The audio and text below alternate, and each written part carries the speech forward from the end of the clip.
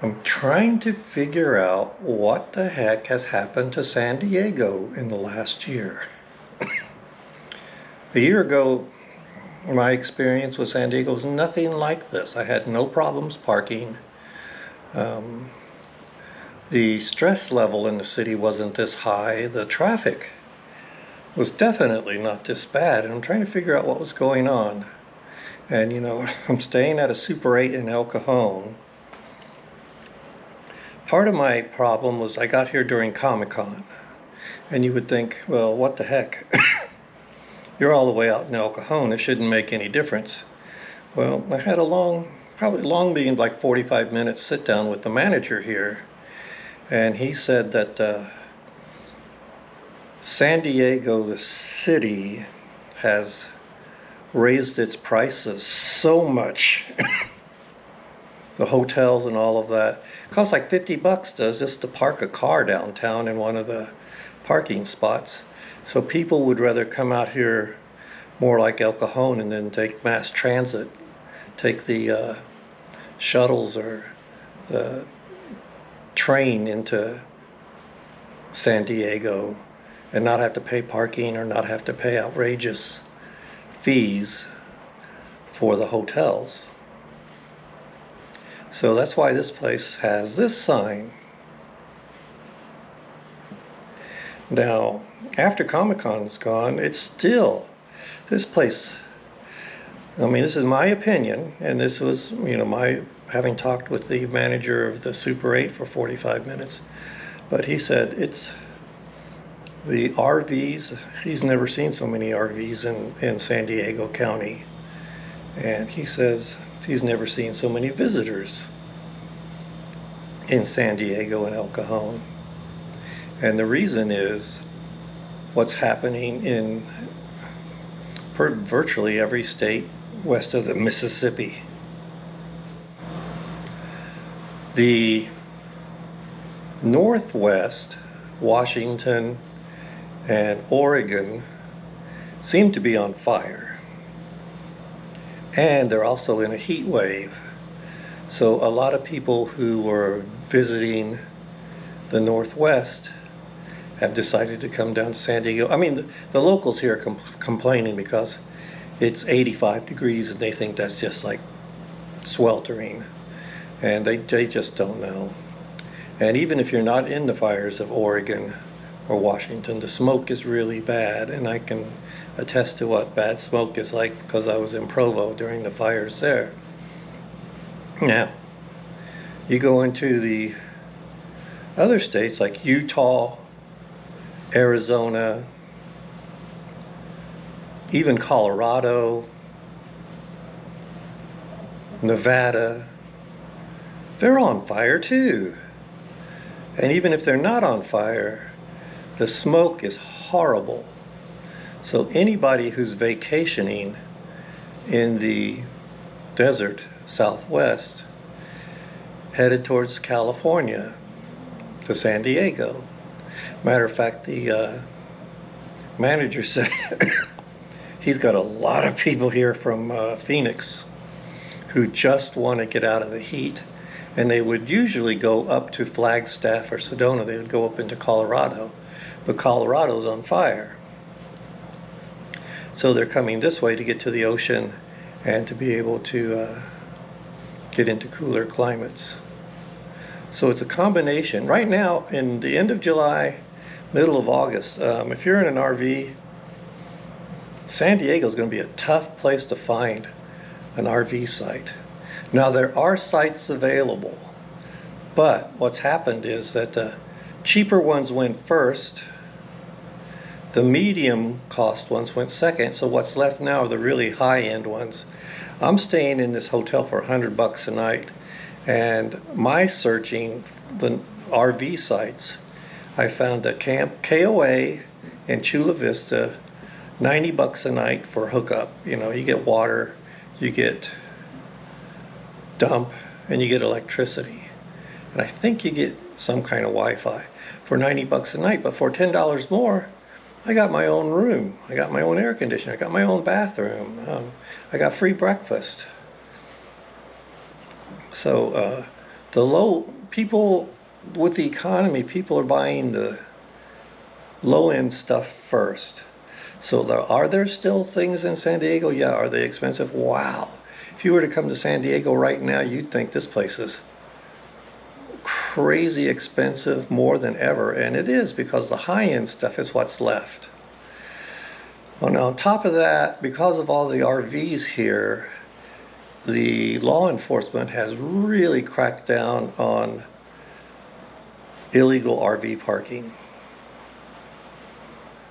I went down to Mission Bay, and there are so many RVs, sprinter vans, camper vans, from people from all over the western United States, that the locals can't park. If you try to go to Mission Bay to partake of the beautiful weather and the beautiful scenery and all that, there's no place to park. And the locals are pretty upset because, if you're living in San Diego and you're paying a premium, you expect to be able to go to some of the sites and be able to see them, but they're all plugged with people from out of state.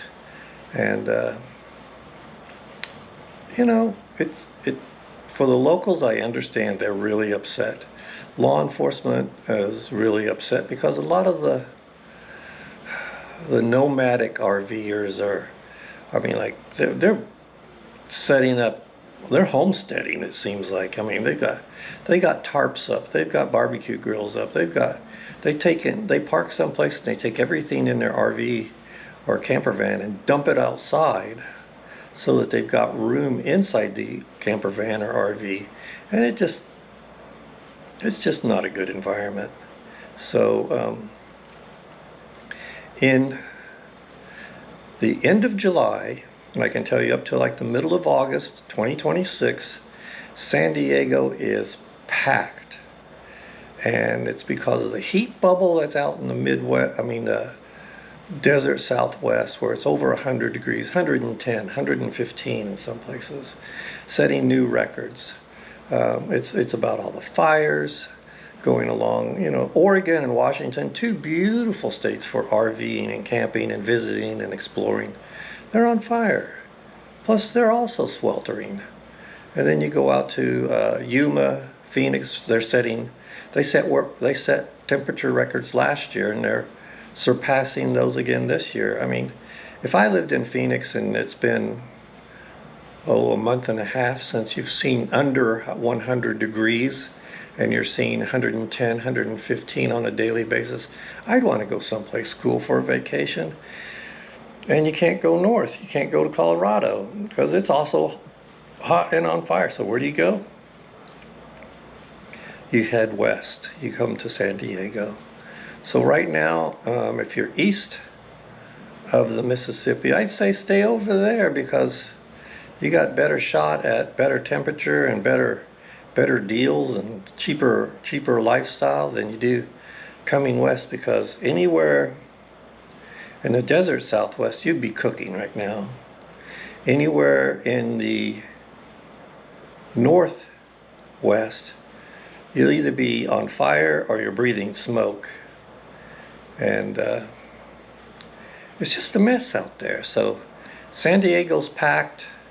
I don't know when it's going to get unpacked. I guess it's going to, I'm seeing forecasts saying that there's going to be monsoons headed to the desert Southwest and desert north, the mountains of the Northwest. And after all these fires, if it starts monsooning, the next thing you're going to have is mud flow.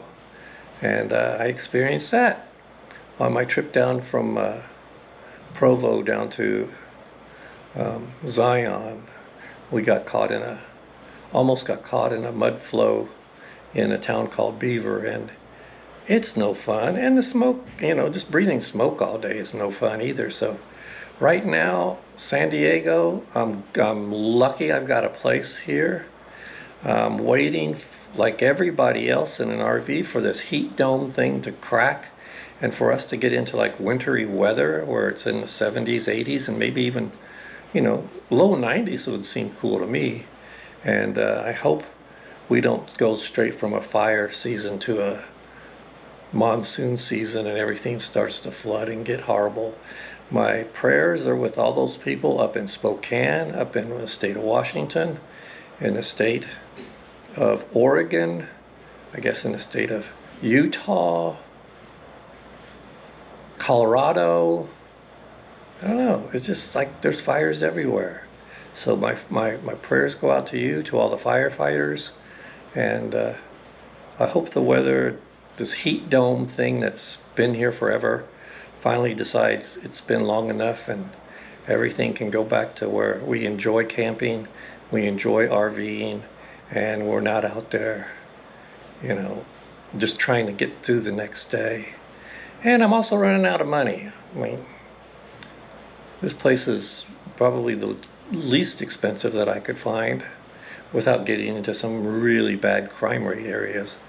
But it's still a whole lot more than living in my RV. So I'm looking for cheaper spots, but I will keep posting. And this is not, you know, somebody else might come here to San Diego and have better apps and know people or know things that I don't know and be able to find something cheaper and have a wonderful time. But right now, for the kind of newbie, San Diego is packed. It's a vacation destination for a lot of people anyhow. They come to the zoo and the beaches and all that. But man, you go anywhere near the water and it's just the parking spots are all RVs and camper vans. And it's the locals are not happy. And I'm sorry for that, but we're trying to survive, and I'm just giving you my 2 cents worth, my opinion, not necessarily what everybody will experience, but that's my opinion. And I thank you for watching. And that was my these are the conclusions of my 45-minute visit with the property manager of the Motel 8 in El Cajon. He says everything low and middle and even starting to like upper middle as far as hotels are gone in this area, and what's left are the really expensive things. So that, you know, if you don't know and you come to San Diego, you'll be like, wow, that place is more expensive than I ever thought. Well, it's partially because of what's going on west of the Mississippi. It's just been miserable. So this was my little 2 cents worth, and I'll keep posting if you keep watching. Thank you very much. Bye.